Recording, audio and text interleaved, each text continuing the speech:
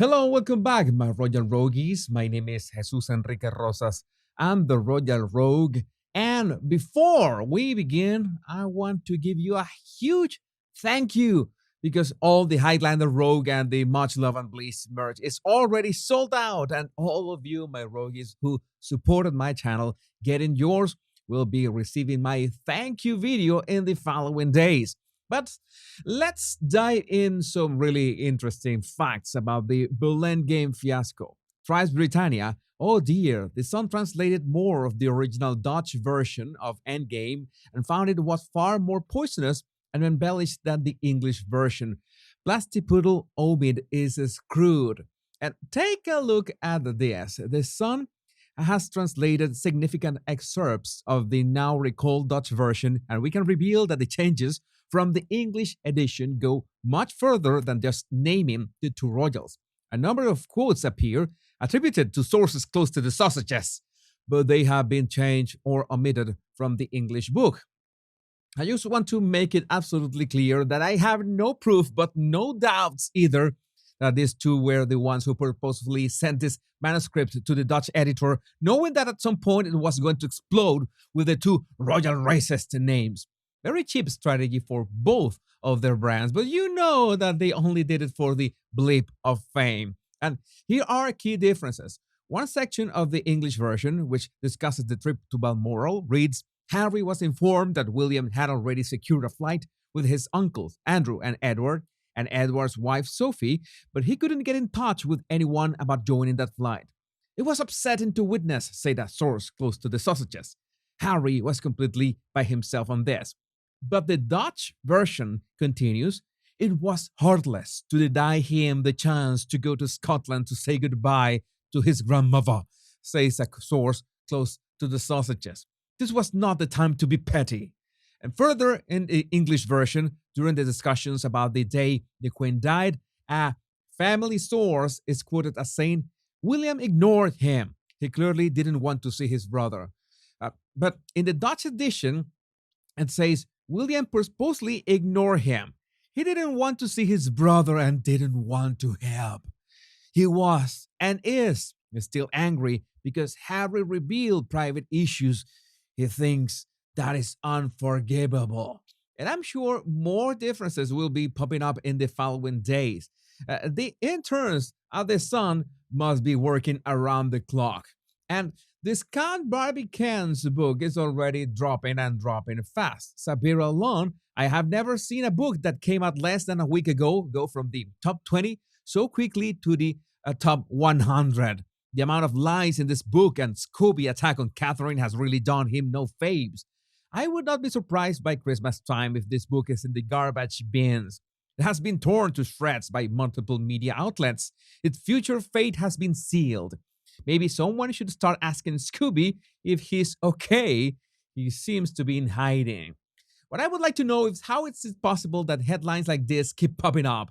This is not a parody or satire. The Daily Fail, Meghan Markle felt she had more of a right to speak than Kate Middleton because she was a self-made woman and seemed uncomfortable having to play second fiddle, source claims. Well, that source sounds absolutely like the discount Duchess because that's how she looks at herself, like a self made millionaire or something. And yes, she is self made many times over, but not in the way that you'd be proud of telling your kids. And something that Meghan must not be very proud of is not being invited to the Duke of Westminster's wedding. But even some headlines are trying to spin it like Harry and Meghan are being unfairly rejected. The royal brothers both make Hugh Grosvenor a godfather to their children, but only one of them is invited to the big day. Yeah, the word excluded is funny. I like the way, according to Taz puts it. I'm not surprised Harry and Meghan are not on the wedding guest list. Meghan set up a pap stroll outside a gym for Pippa Middleton's wedding, and she wasn't invited. Flashed her bra at another's, looked a complete mess at another, and did a pregnancy announcement at Princess Eugenie's, like making it about herself. And not forgetting the scene she caused at Tom Inskip's wedding. Meghan gate crashed after Harry dumped her and then caused drama. No wonder the bride's friend bollocked them. The venom in Meghan's face still gives me chills. Oh my God. Oh my God. I will never forget that live stream we share analyzing these pictures of Harry and especially Meghan in here. It was epic. And there's another headline we need to explain. Pressure grows on Harry and Meghan as William demands action when Scobie racism allegations. Archie's godfather snubs them from his society wedding to avoid drama, and an MP calls for Parliament to strip them of their titles. Okay, it was enough of a letdown to realize that there were actually written communications between King Charles and Meghan regarding Archie Shadegate, but a whole new level of what the effery is believing that William is going to expect any action from Harry. You can imagine that William is fuming right now for the way that Catherine was dragged on Belen game, not to mention Scobie reigniting the rumors of the totally made up affair. But there's a question some of you have posed about what is really going behind closed doors regarding Charles and William. As much as we want to believe that they are just going to brush this off, it's baffling the way both Queen Camilla and Princess Catherine were treated on that book, one in a tasteless, sleazy way, and the other accidentally named as one of the racists. And one thing that I'm pretty sure is that they must not be expecting anything from Harry, or much less Meghan, of course. The real question is which actions, if any, are they, or more specifically the king, going to do about this? Speaking about the king, well, he has other things to deal with, starting with a bit of flack for going to the climate change COP28 summit and giving a speech that included, obviously, the rise in carbon dioxide in the atmosphere.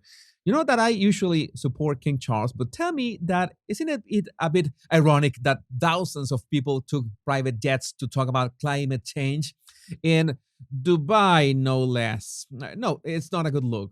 I know that you need to do some networking, shake hands, exchange business cards, but I think it could have been a good idea if the king, Rishi Sunak, and David Cameron could have shared one private jet for them instead of three. What's the word for that? Carpool, right? In this case, it would be a jet pool. But don't get me wrong, I can understand this sentiment, but optics matter a lot. Maybe next time he could consider a FaceTime. But to be fair, every cloud has a silver lining, and for the first time, I think the networking over the morning Dubai brunch had fruits. The US and 21 other countries, including UK, pledged on Saturday to triple nuclear energy capacity by 2050, saying at the UN Climate Summit in Dubai that the revival of nuclear power was critical for cutting carbon emissions to near zero in the coming decades. And many of you already know my stance on nuclear power.